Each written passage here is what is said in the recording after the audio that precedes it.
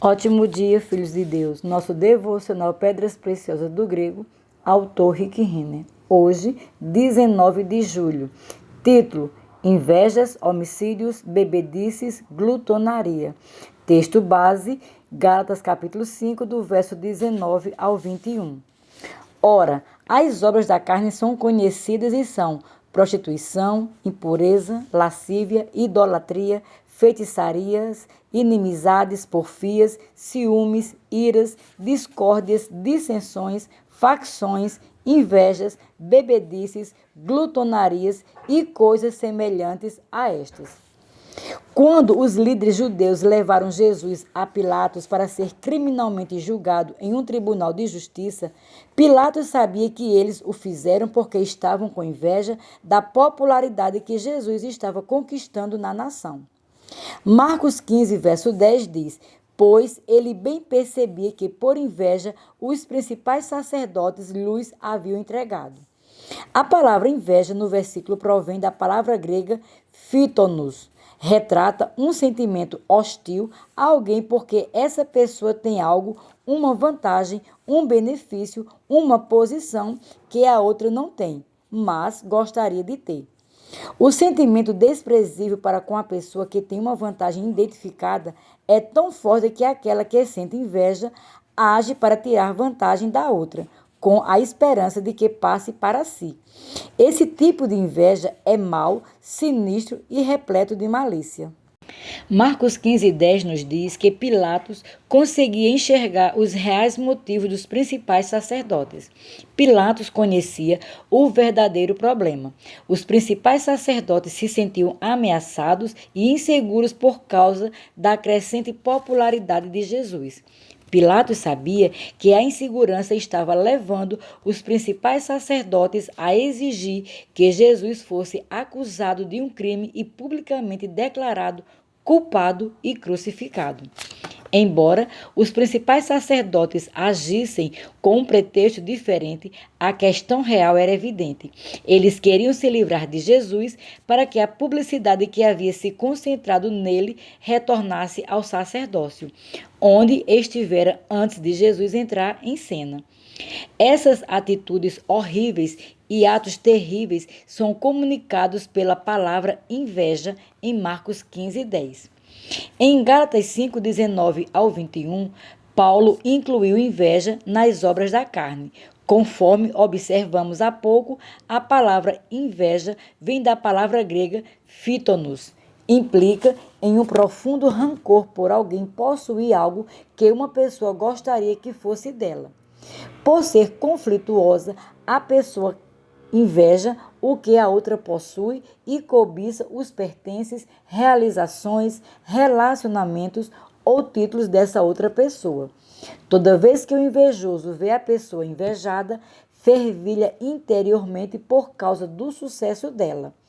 Ele se ressente e profundamente pela bênção recebida por essa pessoa e tenta encontrar uma maneira de retirar isso dela para que possa se apossar de tal bênção. No exemplo da passagem de Marcos, os principais sacerdotes tinham inveja da aclamação que Jesus estava recebendo.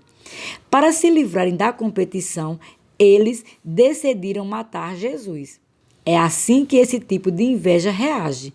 Ela é tão forte que impele uma pessoa a tomar algum tipo de atitude. Na maioria das vezes, algum tipo de ação maligna projetada para acabar com a pessoa que tem a vantagem. Isso pode explicar porque a versão King James da Bíblia em inglês menciona em seguida homicídio. O problema é que a palavra homicídio não aparece na língua grega. Diante disso, somos obrigados a perguntar: por que os tradutores inseriram a palavra homicídio se ela não aparece no grego original? A única resposta possível é que eles perceberam que essa inveja é tão forte que chegaria a levar uma pessoa a cometer homicídio para obter o que quer. Na literatura clássica, há exemplos em que a palavra phytonos é usada também para representar uma pessoa que usa os outros como degraus para chegar onde ela quer estar em termos de dinheiro, prestígio e poder. Essa é uma pessoa sem escrúpulos que usa e abusa das pessoas para obter as coisas que deseja. Talvez você tenha visto essa obra da carne ser manifestada no escritório, em seu local de trabalho ou até mesmo em sua igreja. Você já testemunhou um momento em que um colega de trabalho ou outro cristão tentou se aproximar de você, mas mais tarde você descobriu que estava apenas fingindo ser seu amigo? Na realidade, não queria ser seu amigo, só queria estar perto de você para poder fazer amizade com alguém que você conhecia. Para ele chegar a essa outra pessoa, tinha de passar por você. Então, fingiu ser seu amigo para conquistar uma vantagem e depois deixou você de lado. Ou talvez alguém tenha agido como se quisesse ser seu amigo, quando na verdade tudo o que ele queria era o seu emprego. Isso acontece no mundo secular o tempo todo, mas não deveria acontecer dentro da igreja. Esse tipo de comportamento é pernicioso, manipulador e cruel. Fere almas, faz com que as pessoas sintam terem sido abusadas e vulgariza o conceito de amizade. Não admira Paulo chamar a inveja de obra da carne. Na próxima vez em que você se sentir tentado a sentir inveja da bênção ou posição de outra pessoa, invoque o Espírito de Deus para ajudá-lo a mortificar esta obra da carne. Silencia propositadamente, escondendo, alegrar-se quando alguém for abençoado. O que você semeia é exatamente o que colherá. Se você semear raiva, ressentimento e amargura, essa colheita negativa voltará para você no futuro. Porém, se semear alegria por quem foi abençoado e estar à sua frente, chegará um momento em que as bênçãos voltarão para você. Então, as pessoas se alegrarão com você pelo seu sucesso. A palavra bebedice provém da palavra mete, que se refere à bebida forte ou à embriaguez. O consumo de vinho para ficar intoxicado era comum no primeiro século em virtude de as muitas religiões pagãs empregarem o vinho como parte de suas práticas religiosas. Por exemplo, a religião de Baco, a quem os gregos chamavam de Dionísio, era centrada em vinho e intoxicação. De fato, Baco foi denominado deus do vinho, quando os adoradores estavam totalmente inebriados por causa do consumo de vinho, deixavam de lado todas as restrições e se entregavam por completo a toda tentação da carne. Nada era proibido. Mergulhando nos mais vulgares excessos sexuais e atos anormais, os participantes tentavam violar todos os códigos morais conhecidos, cometendo os maiores extremos possíveis de pecado para experimentar um reino de excesso nunca antes provado ou conhecido pelo homem. Esse era o objetivo propositado dessa religião. Como consequência, os participantes eram levados às orgias pervertidas e descaradas.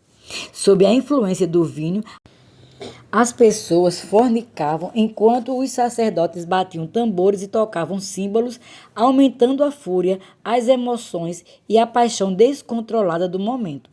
Frequentemente, drogas eram misturadas com vinho, fazendo com que os participantes convulsionassem ou dançassem em círculos frenéticos.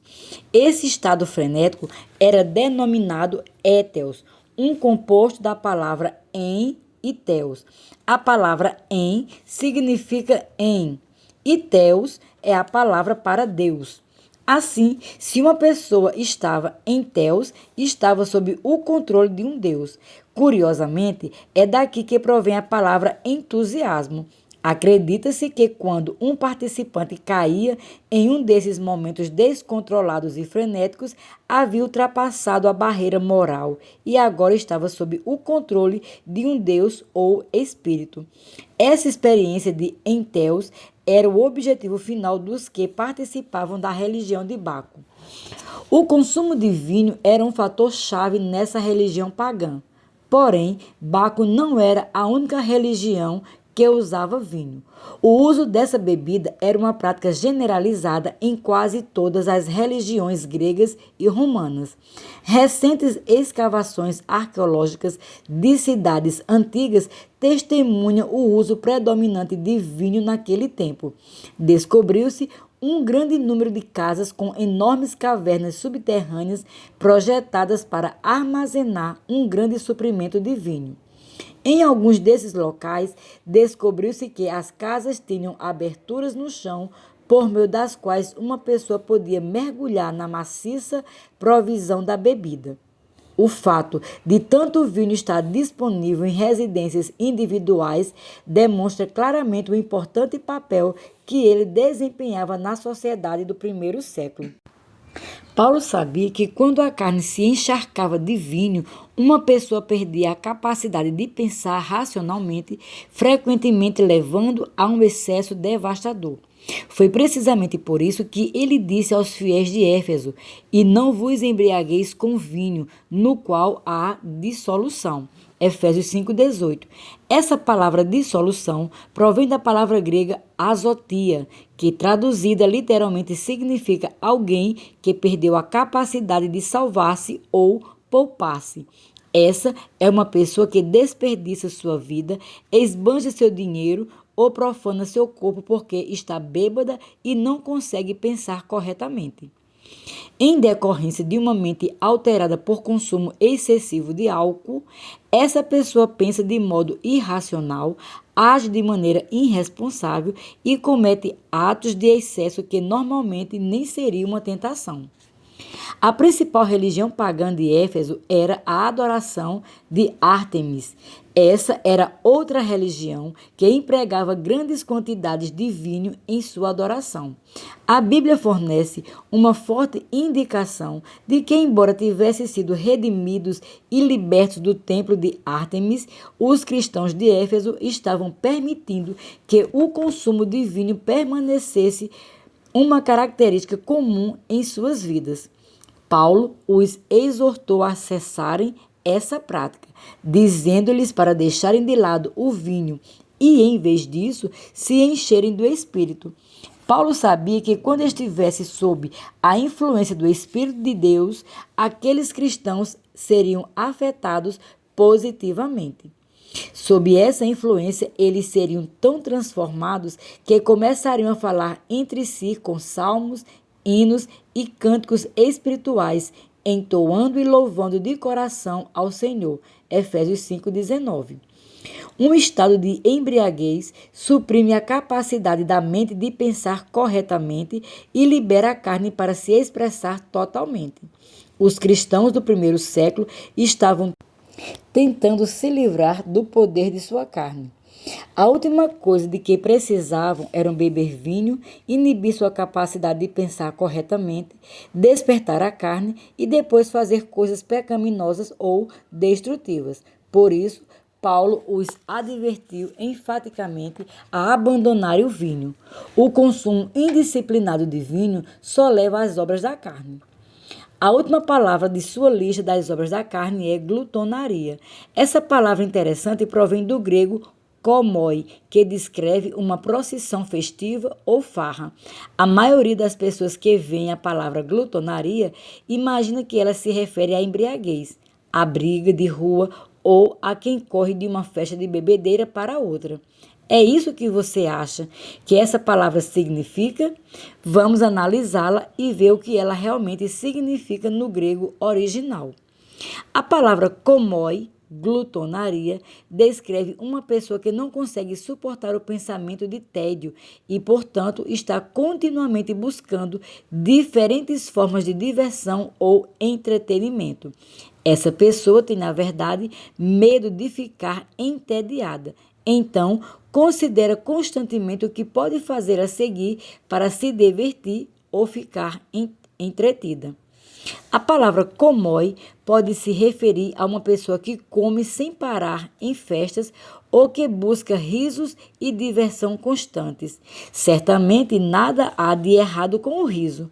O problema dessa pessoa é ser consumida pela necessidade de agitação, momentos alegres, diversão, prazer, entretenimento ou alimentação constante. Ela vive para a próxima refeição, o próximo restaurante, o próximo filme, as próximas férias. Em 2 Timóteo capítulo 3, verso 4, Paulo profetiza que esse tipo de hedonismo seria um problema especialmente predominante nos últimos dias. Ele descreveu que nos últimos dias as pessoas seriam amigas dos prazeres. Essas palavras provêm da palavra grega philedonos, composta pelas palavras philos e edone. Philos significa amar e edone significa algo de sabor doce ou algo agradável. Na Grécia clássica, indicava exaltação do prazer, especialmente significada pela liberdade de se expressar sexualmente. Qualquer expressão sexual era permitida desde que as partes envolvidas concordassem. Em outras palavras, não havia um padrão moral quando o hedonismo governava a Grécia Antiga. Em todas as 5 vezes em que a palavra hedone é usada no Novo Testamento, é usada pejorativamente para descrever a busca desenfreada de prazeres carnais. Usando a palavra philedonos, amigos dos prazeres, Paulo nos diz explicitamente que nos últimos dias as pessoas ficarão obcecadas pelo prazer, alimentos, festas e entretenimento. Elas estão preocupadas com os novos métodos para aliviar o tédio. A vida irá se tornar tão agradável e permissiva que as pessoas comerão demais, serão preguiçosas, tirarão folgas injustificadas do trabalho, viverão de dinheiro emprestado e permitirão comportamentos morais questionáveis enquanto pensam que essa é uma maneira normal e aceitável de viver. Agora, você percebe por que Paulo inclui glotonarias em sua lista das obras da carne, em Gálatas 5, do verso 19 ao 21? A carne que fugir da responsabilidade, prosperar na diversão e evitar a seriedade da vida. Se você deixar a sua carne guiá-lo, ela irá desperdiçar seu tempo, talentos e energias em coisas que não são eternas. Você passará todo o seu tempo assistindo à televisão, indo ao cinema e comendo em restaurante e, no fim, nada terá para mostrar disso, senão toneladas de dívida de cartões de crédito. Algum dia, você pegará suas contas de cartão de crédito e perceberá que está afundando em dívidas por causa de alguns momentos fugazes de prazer. Todas essas buscas carnais realmente valem a escravidão das dívidas com a qual você terá de conviver nos próximos anos? Veja, isso é o que a carne quer fazer a você. Ela diz, vamos lá, você irá se sentir muito bem se fizer isso. É verdade que provavelmente você não deveria, mas só mais uma vez não fará mal. Além disso, o que mais você tem para fazer? Em casa, não há o que fazer. A verdade é que há muito a fazer em casa. Você poderia estar lendo a Bíblia, brincando com seus filhos, desenvolvendo seu relacionamento com seus irmãos e irmãs, visitando seus vizinhos, voluntariando-se para servir em alguma área de sua igreja, cortando a grama do jardim, aprendendo a cozinhar, limpando a garagem ou lendo um livro e desenvolvendo a sua mente. Há muitas coisas que você poderia fazer que seriam saudáveis para você e sua família. Por isso, na próxima vez em que a sua carne disser que não há nada o que fazer, é tão tedioso, simplesmente dê uma olhada em sua garagem, verifique a condição do seu quintal ou verifique o guarda-roupa. Penso que você verá que há muito a fazer para não ficar entediado. Sua carne poderá se esquivar de fazer essas coisas, mas depois você se sentirá como um campeão. Você se sentirá muito bem por não ter feito mais dívidas, por mais coisas que não necessita. Ficará muito grato por não ter desperdiçado seu precioso tempo fazendo coisas que não importam e se sentirá muito vitorioso por realizar algo que precisou dar sua atenção durante muito tempo. Alguém diga amém? Minha oração para hoje. Senhor, ajuda-me na próxima vez em que eu for tentado a ter inveja da bênção ou posição de outra pessoa. Ajuda-me a manter minha cabeça no lugar e a não permitir em minha vida coisas que irão reanimar a minha carne e me agitar para fazer coisas pecaminosas ou erradas. Perdoa-me por pensar que tenho de me divertir constantemente. Lamento muito ter desperdiçado tanto tempo e dinheiro em coisas que não importam. Não quero mais ser dominado pela minha carne. Hoje estou clamando a ti para me ajudares a me libertar dos meus padrões passados, para poder começar em um caminho novo e elevado. Assim eu oro em nome de Jesus. Minha confissão para hoje. Confesso que não sou dominado pela carne, e sim pelo Espírito de Deus. Estou completamente comprometido com o senhorio de Jesus Cristo e com fazer com minha vida o que mais agrada a Ele. Eu me recuso a deixar a minha carne me desviar e decidi tomar a minha cruz e seguir para onde quer que Jesus me leve. Encaro a vida a sério. Estou determinada a fazer o que Deus quiser que eu faça. E eu sou um bom mordomo de meu tempo, recursos e talentos. Declaro isso pela fé em nome de Jesus. Para refletir. 1. Na próxima vez em que você se sentir tentado a ter inveja da bênção ou posição de outra pessoa, o que fará a respeito? Lembre-se de que o que você semeia é exatamente o que você colherá. 2. Que mudanças você precisa fazer em sua vida para parar de reativar e recarregar o poder de sua carne? Há algum hábito, hobby, preocupação ou relacionamento que incentiva você a pensar ou agir de maneira errada? 3. Na próxima vez em que a sua carne disser não há o que fazer, é tão tedioso, o que você fará? Pegará um jornal para ver o que está em cartaz no cinema local ou decidirá fazer algo produtivo e edificante? Sejamos abençoados na prática da palavra.